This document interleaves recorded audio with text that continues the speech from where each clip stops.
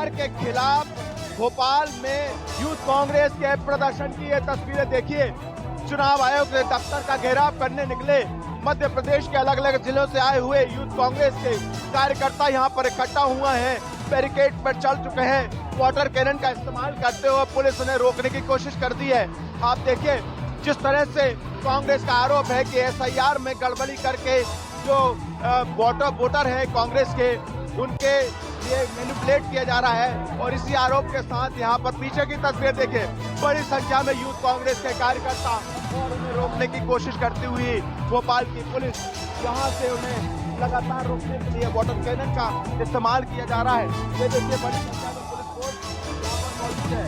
आपको बता दें कि यूथ कांग्रेस के एक प्रदर्शन में मध्य प्रदेश कांग्रेस के अध्यक्ष जीतू पटवारी और नेता प्रतिपक्ष उमंग सिंगार के साथ साथ राष्ट्रीय अध्यक्ष यूथ कांग्रेस के उदय भानु और नवनियुक्त मध्य प्रदेश कांग्रेस के अध्यक्ष यश घनघोरिया के साथ हजारों की संख्या में यहाँ कार्यकर्ता हैं। कैमरा पर्सन कमलेश व्यास के साथ उमेश श्रीवास्तव, न्यूज़ 24 भोपाल। इस समय मौजूद है कोलकाता इलेक्शन कमीशन ऑफिस के सामने और देखिए जिस तरह से पश्चिम बंगाल में SIR का काम शुरू हो चुका है। SIR को लेकर BLO लोगों के घरों में फॉर्म वितरित कर रहे हैं और फॉर्म कलेक्शन कर रहे हैं। यानी जो इलेक्शन कमीशन ने समय सीमा दिया है SIR का 4 दिसंबर के अंदर सभी BLO को काम करके पूरा करना है। BLO इस दबाव को ले नहीं पा रहे हैं और बंगाल में करीबन 4 BLO की मौत हो चुकी है। 10 BLO ऐसे हैं जो हॉस्पिटल में एडमिट है। BLO का कहना है कि जो समय सीमा है इसको बढ़ाया जाए, यानी करीबन इसके जो ये BLO जो है टीचर हैं, पेशे से आते हैं, कई जगहों पे नेटवर्क नहीं होता है, नेटवर्क की सुविधा होती है। कई जगहों पे ऐसे जो टीचर हैं जो वो एंड्रॉइड फोन नहीं चला पाए हैं। इलेक्शन कमीशन का जो साइड है वहाँ पे फॉर्म करने में इनकी बड़ी कठिनाइयाँ हो रही है। और जिस तरीके के BLO सैकड़ों की संख्या में ये सारे BLO इलेक्शन कमीशन ऑफिस के सामने विरोध प्रदर्शन कर रहे हैं, कह रहे हैं कि समय बढ़ाया जाए, नहीं तो BLO दबाव में आ रहे हैं। BLO इलेक्शन कमीशन ऑफिस के सामने विरोध प्रदर्शन कर रहे हैं और इलेक्शन कमीशन से ये मांग कर रहे हैं कि जो 4 दिसंबर की समय सीमा है इसे आगे भी बढ़ाया जाए। कैमरामैन के साथ मनोज पांडे, न्यूज़ 24 कोलकाता। उत्तर प्रदेश में स्पेशल इंटेंसिव रिवीजन यानी कि SIR की समय सीमा 4 दिसंबर को खत्म हो रही है। ऐसे में राज्य के अलग अलग जिलों के तमाम BLOs लगातार युद्ध स्तर पर लगे हुए हैं SIR की प्रक्रिया को पूरा करने के लिए। लेकिन सवाल यह उठ रहा है कि आखिर कई अलग अलग जिलों में BLO के आत्महत्या की जो खबरें आ रही हैं, यही वजह है कि उत्तर प्रदेश के पूर्व मुख्यमंत्री अखिलेश यादव के साथ साथ राहुल गांधी केंद्र सरकार और चुनाव आयोग पर हमलावर है। वहीं न्यूज़ 24 ने भी रियलिटी चेक जब किया तो नोएडा के BLO ने साफ तौर पर यह कहा कि जिम्मेदारी जिस तरह से दी गई है उसका निर्वहन करना बड़ा ही चुनौतीपूर्ण काम बना हुआ है, क्योंकि समय बहुत कम है और जिम्मेदारी बहुत ज्यादा है। कैमरामैन दीपक के साथ दीपक दुबे, न्यूज़ 24 दिल्ली। बिहार विधानसभा चुनाव में मिली जबरदस्त हार के बाद हार की समीक्षा के लिए कांग्रेस मुख्यालय इंदिरा भवन में एक बड़ी बैठक बुलाई गई है। इस बैठक में कांग्रेस अध्यक्ष मल्लिकार्जुन खड़गे, राहुल गांधी, संगठन महासचिव KC वेणुगोपाल रहेंगे। बैठक में कांग्रेस सांसदों और जो उम्मीदवार चुनाव लड़े हैं उनको भी बुलाया गया है। ये बैठक आज 3 बजे से शुरू हुई। इस बैठक में प्रदेश अध्यक्ष राजेश राम, प्रभारी कृष्णा अल्लावरू, पूर्व CLP लीडर शकील अहमद खान, सांसद पप्पू यादव समेत चुनाव लड़े सभी प्रत्याशियों को बुलाया गया है। बैठक में विधानसभा चुनाव में हार की समीक्षा और आगे की रणनीति पर चर्चा होगी।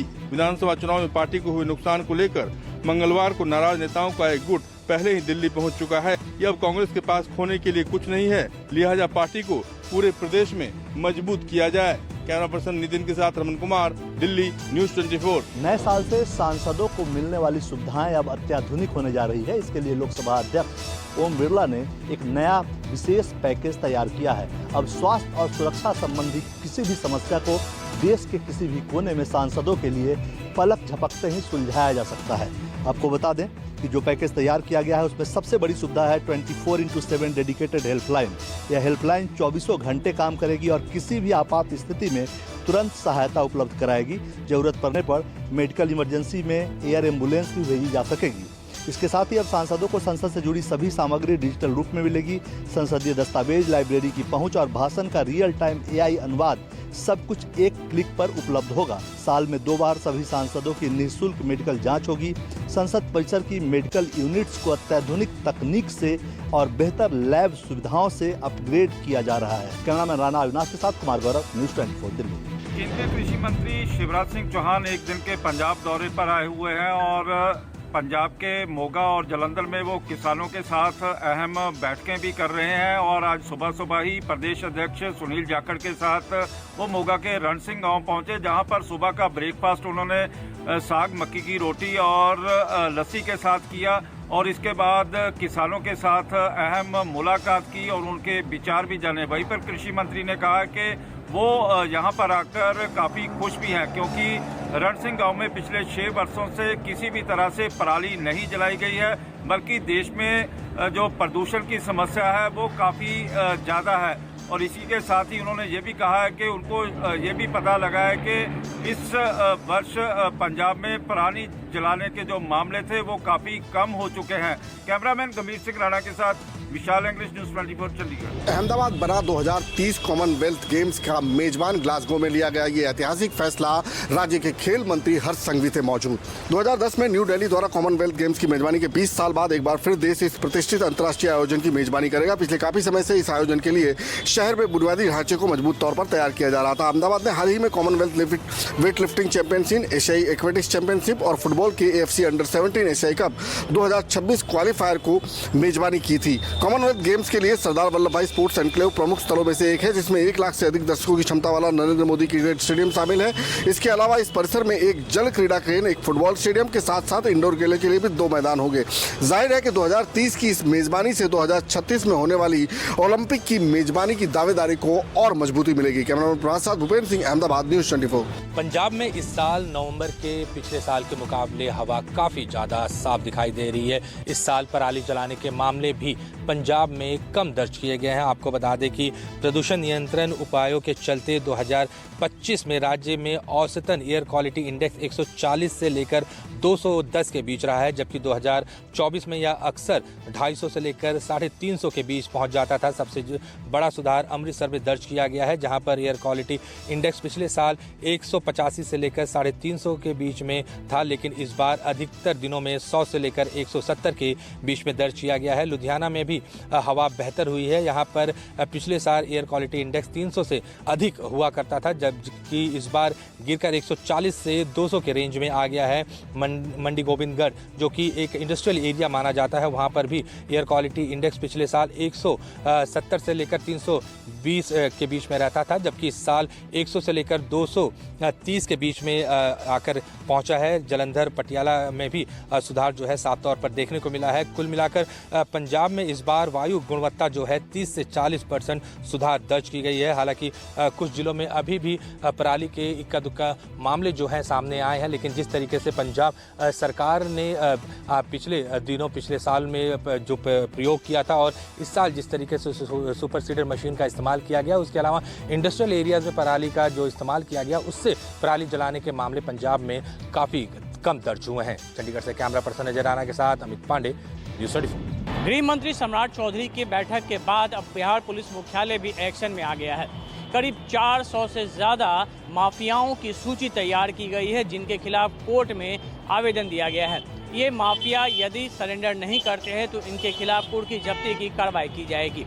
दरअसल यह खुलासा किया है बिहार पुलिस के DGP विनय कुमार ने बताया है कि स्कूल कॉलेजों के आसपास छेड़खानी की घटनाओं को रोकने के लिए 2000 स्कूटी की खरीदगी की जाएगी, ताकि महिला पुलिसकर्मी अब इस महिला स्कूल कॉलेजों के आसपास गश्ती कर सके और ज़रूरत पड़ने पर गलियों तक में अपराधियों का पीछा कर सकें।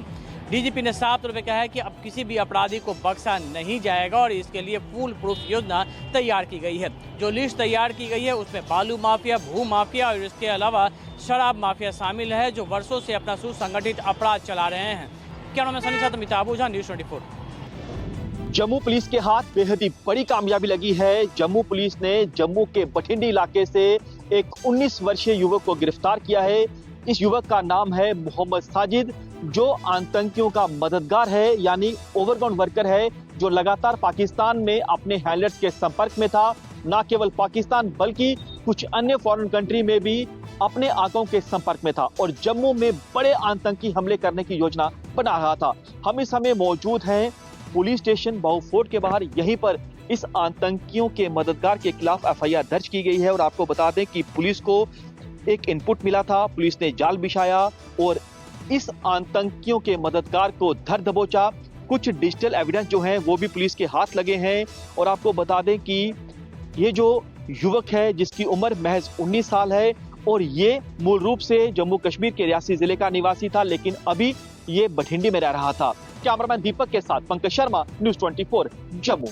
कश्मीर घाटी में आज सुबह से ही कई जगहों पर जम्मू कश्मीर पुलिस द्वारा छापेमारी देखने को मिली। खास तौर पर जमात इस्लामी और आतंकियों के जो भी मददगार या सपोर्टर्स हैं उनको निशाना बनाते हुए ये छापेमारी की गई, जहां जम्मू कश्मीर पुलिस द्वारा शोपियां और हंदवारा के इलाकों में मुख्य रूप से कई ठिकानों पर एक साथ ये छापेमारी हुई, जिस दौरान जमात इस्लामी से एफिलेटेड 2 स्कूलों पर भी यहाँ पर पुलिस ने रेड की और यहाँ दस्तावेज, लिटरेचर, दूसरी चीजों को खंगाला गया। कई लोगों से पूछताछ की गई और ये माना जा रहा है कि जम्मू कश्मीर में टेरर नेटवर्क को पूरी तरह से ध्वस्त करने के लिए ये पुलिस की तरफ से कार्रवाइयों में तेजी लाई गई है। कैमरामैन रशीद के साथ आसिफ साहब, श्रीनगर, न्यूज़ 24।